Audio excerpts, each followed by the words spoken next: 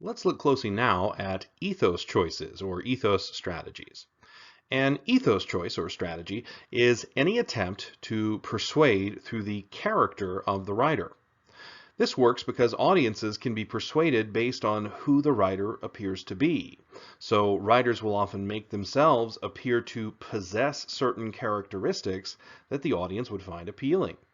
We, after all, tend to believe and just want to go along with those individuals that we like, admire, or trust. An example of an ethos choice would be Patrick Henry's use of apologia in paragraph 1 of his speech to the Second Virginia Convention, when he says that he must share his opinions, no matter how offensive they may be to some, because not sharing his opinions would be a betrayal to his country. Here, he's trying to characterize himself as virtuous or selfless, you could say, so that his audience will more likely listen to his message, because those are characteristics his audience would value. Just as when you write about a logos choice, when you write about an ethos choice, you need to write about four things. With an ethos choice, you need to identify the specific persona that the writer is adopting, supply text evidence that demonstrates them adopting this persona, explain the ethos-based effects on the audience, and finally connect the choice to an ethos-based obstacle. Remember, for this unit, we're ignoring rhetorical advantages and just focusing on obstacles for now. Here now are some common characteristics that writers often attempt to demonstrate. And the first three actually come to us from Aristotle's Ars Rhetorica, so way back in the 4th century BCE. These are the three primary characteristics he saw that audiences tended to trust in writers, and therefore the most common characteristics that writers would appear to adopt through ethos strategies. The first one is intelligence. That's pretty easily understood. Displaying or characterized by quickness of understanding, sound thought, good judgment. You could also say wise. That's another characteristic very similar to intelligent.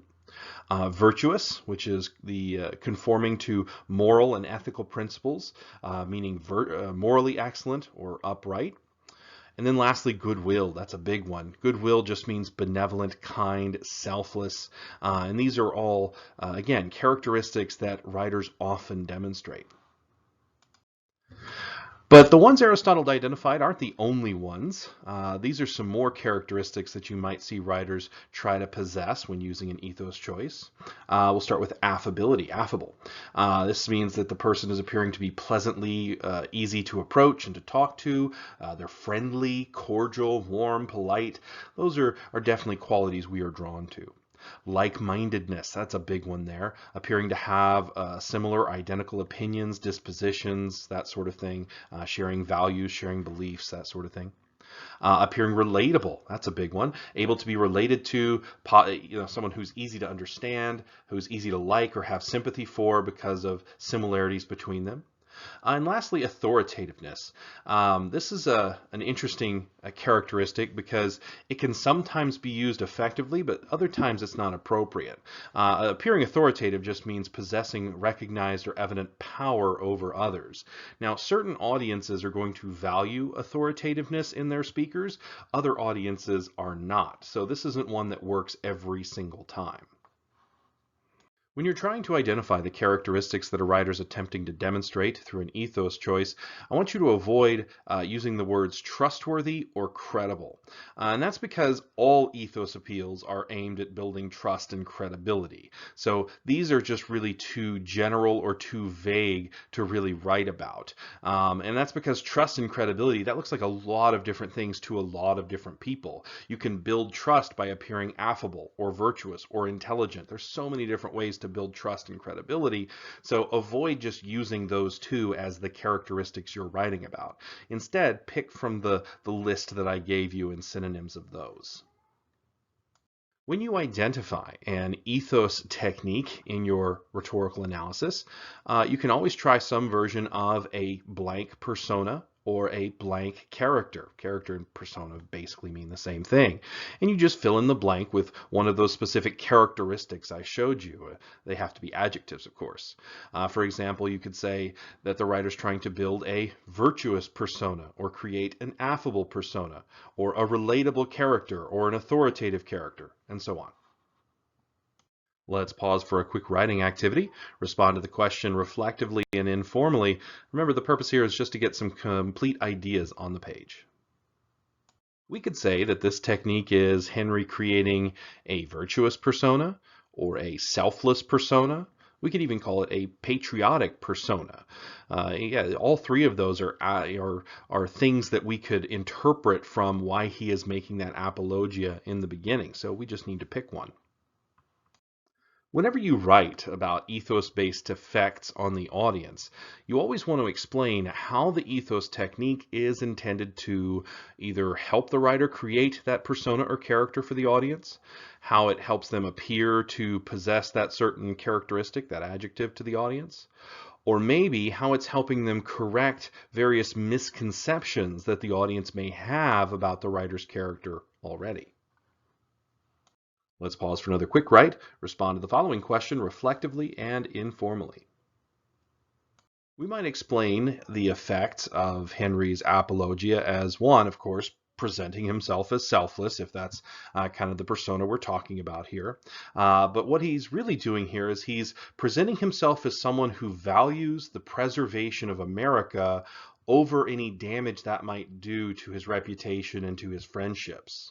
Yeah, as someone who has nothing to gain from his opinions personally, and is really just trying to help out the greater good here. So I think selflessness really works for the persona he's trying to create.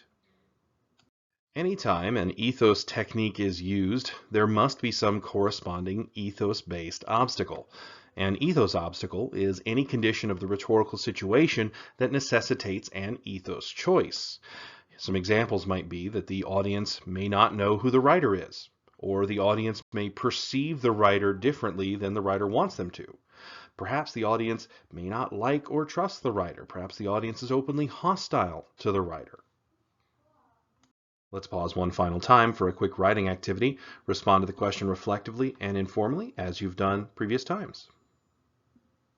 We might call Patrick Henry's obstacle here the fact that many in his audience are his ideological adversaries. Remember, he's taken one side of a position ideologically that they should raise arms against the British, that is worth the risk. And then there's a whole bunch of people in his audience who have taken the opposite side, that they should keep trying to pursue peaceful means of resolving the conflict. So there's many in his audience who are ideologically opposed to his beliefs. And people, this is just a natural human thing. Human beings have a natural tendency to just imagine those who don't share our beliefs as flawed in other ways beyond just the beliefs they hold. We picture those individuals to be selfish, unethical, unjust. And so you can kind of imagine that a lot of his ideological opponents in the room, those other delegates, probably are perceiving Henry as acting from a place of lacking ethics, or acting from a place of being unjust, being hot-headed, being too quick to go to war, that sort of thing. So they probably perceive that he has certain flaws in his character, which again is why he has to make this character appeal to show them that he is doing this not for himself but to save his country, and he doesn't mind that he's going to maybe ruin his reputation or friendships along the way.